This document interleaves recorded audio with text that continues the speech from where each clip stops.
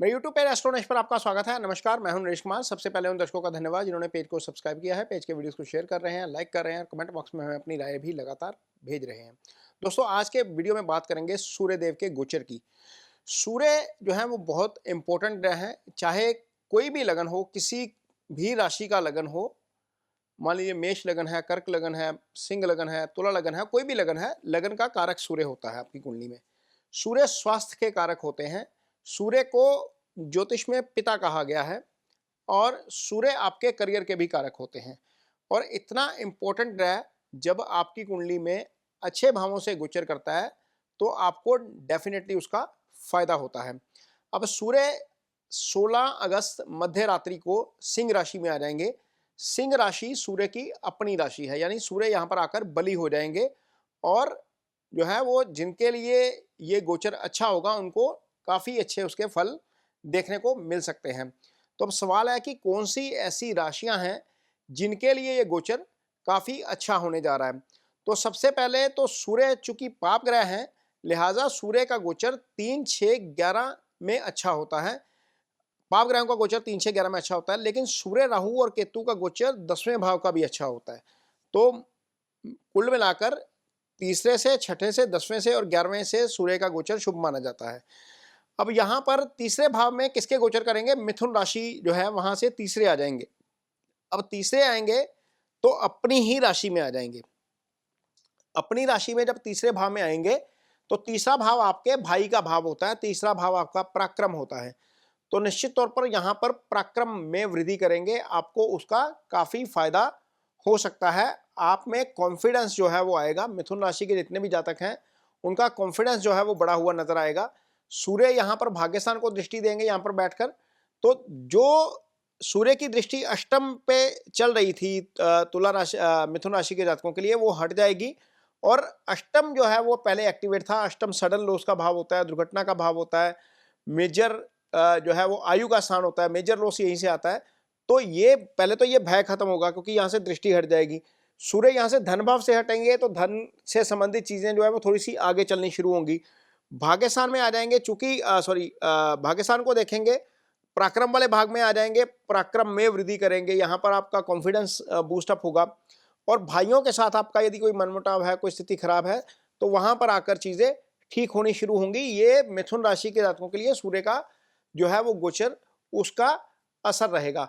अब अगली राशि जिसके लिए सूर्य अच्छा हो जाएंगे, अच्छे फल करेंगे, वो है आपकी मीन राशि। मीन राशि के जातकों के लिए सूर्य का गोचर होगा छठे भाव में। अब पहले जो सूर्य का गोचर हो रहा था वो यहाँ पर पंचम भाव में हो रहा था। पंचम आपका इजी गेंस का भाव होता है, संतान का भाव होता है, बुद्धि विवेक का भाव होता है। इस भाव से सूर्य का गोचर करना अच्छा नहीं माना जाता क्योंकि यहाँ पर आकर आप थोड़ा सा गुस्सा ज्यादा करते हैं या आप अपने बुद्धि विवेक से काम नहीं ले पाते, जल्दबाजी में डिसीजन लेते हैं, तो उससे चीजें थोड़ी सी डिस्टर्ब हो जाती हैं। यहाँ पर आकर सूर्य सीधा 11th हाउस को देखते हैं तो 11th हाउस के सिग्निफिकेंस भी थोड़े से डिस्टर्ब हो जाते हैं। और ये आय का भाव होता है क्योंकि ये पाप ग्रह है। तो लिहाजा पंचम में जब सूर्य गोचर कर रहे थे वहां पर जो हानि हो रही थी, पैसे की हानि हो रही थी या फिर आपके स्वास्थ्य की हानि हो रही थी किसी तरीके से, तो वहां पर चीजें अब थोड़ी सी ठीक होनी शुरू होंगी क्योंकि सूर्य अपनी राशि यानी कि छठा भाव जो रोग ऋण शत्रु का भाव होता है, अपनी राशि से 12वें भाव में थे। तो ये 12वें भाव में से निकलकर अपनी राशि में आ जाना, छठे में आना, ये क्या करेगा? यदि आपका कोई कोर्ट केस है तो वहां पर हो सकता है कि आपको राहत मिलती हुई नजर आए। सबसे पहला पॉइंट तो यह है। यदि आपके ऊपर कोई डेट है वहां पर हो सकता है राहत मिलती हुई नजर आए, चीजें थोड़ी सी आगे चलनी शुरू हो, थोड़ा बहुत कर्ज हल्का जो है वो होना शुरू हो सकता है इस 1 महीने के पीरियड के दौरान। ये रोग का भाव होता है। सूर्य हेल्थ के भी कारक होते हैं। यदि कोई आपको फिजिकल परेशानी हो रही है, खासतौर पर जिनको स्टमक से रिलेटेड इशू है, वहां पर हो सकता है कि चीजें थोड़ी सी बेटर होती हुई नजर आए। तो ये जो मीन राशि के जातक हैं उनके लिए ये गोचर इस लिहाज से अच्छा हो जाएगा। अगली राशि जिनके लिए ये गोचर अच्छा होने जा रहा है वो है वृश्चिक राशि, क्योंकि वृश्चिक राशि के लिए ये गोचर होगा आपके 10वें भाव में। अब 10वां भाव ऐसा भाव होता है जहां पर सूर्य आकर दिग्बली हो जाते हैं।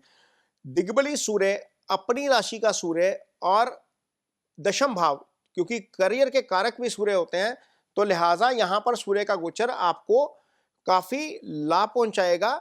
और काम के मामले में, जहां पर भी आप काम करते हैं, नौकरी करते हैं, करियर के मामले में आप ऑफिस में थोड़े से प्रभावी नजर आएंगे, थोड़ा सा डोमिनेंस आपका वर्क प्लेस के ऊपर बढ़ता हुआ नजर आएगा।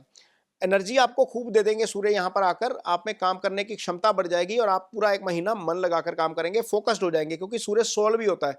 अब सोल है करियर का कारक है, वही दशम में बैठ गया, अपनी राशि में आकर बैठ गया, दिग्बली हो गया, तो निश्चित तौर पर कारोबार से संबंधित काम और आपका जहां पर भी आप जॉब करते हैं, कोई भी फ्रीलांस का काम करते हैं, कुछ भी करते हैं, वहां पर चीजें थोड़ी सी बेटर होती हुई नजर आएंगी। इससे पहले जो 9th हाउस में सूर्य गोचर कर रहे थे, तो थोड़ा सा कॉन्फिडेंस में कमी आ जाती है, क्योंकि तीसरा भाव एक्टिव होता है उससे, पापग्रह की दृष्टि से। तो वो चीजें थोड़ी सी अब वहां से ईज आउट होता हुआ नजर आएगा और आप काम के मामले में थोड़ा सा आपको पॉजिटिविटी मिलती हुई नजर आएगी। ये आपके लिए अच्छा हो जाएगा वृश्चिक राशि के जातकों के लिए। इसके बाद अगली राशि जिसके लिए गोचर अच्छा है वो है तुला राशि। तुला राशि के लिए 11वां भाव में सूर्य गोचर करेंगे।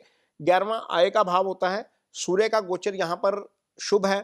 चूंकि आय भाव का स्वामी खुद आय भाव में आकर बैठ जाएगा, अपने भाव को प्रोटेक्ट करेगा, तो निश्चित तौर पर आय के मामले में चीजें बढ़ती हुई नजर आएंगी आगे। और चूंकि ये 11वां भाव है, ये एलिवेशन का भाव है, तरक्की का भाव है, जिनकी प्रमोशन पेंडिंग है किसी भी लेवल के ऊपर, उनको प्रमोशन जो है वो होती हुई नजर आएगी। हाँ, जिनके घर में संतान आने वाली है, जो प्रेगनेंसी का फेज चल रहा है जिनके यहाँ पर, उनको थोड़ा सा जरूर ध्यान रखना पड़ेगा, क्योंकि पंचम के ऊपर सूर्य की दृष्टि आ जाएगी। ये चीज का जरूर ध्यान रखें तुला राशि के जितने भी जातक हैं।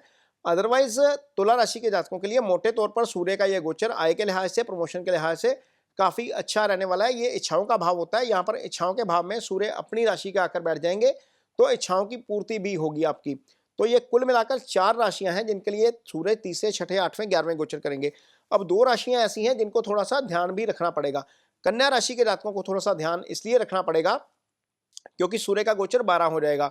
12वां भाव खर्चे का भाव होता है। अनएक्सपेक्टेड कुछ खर्चे आ सकते हैं आपके ऊपर।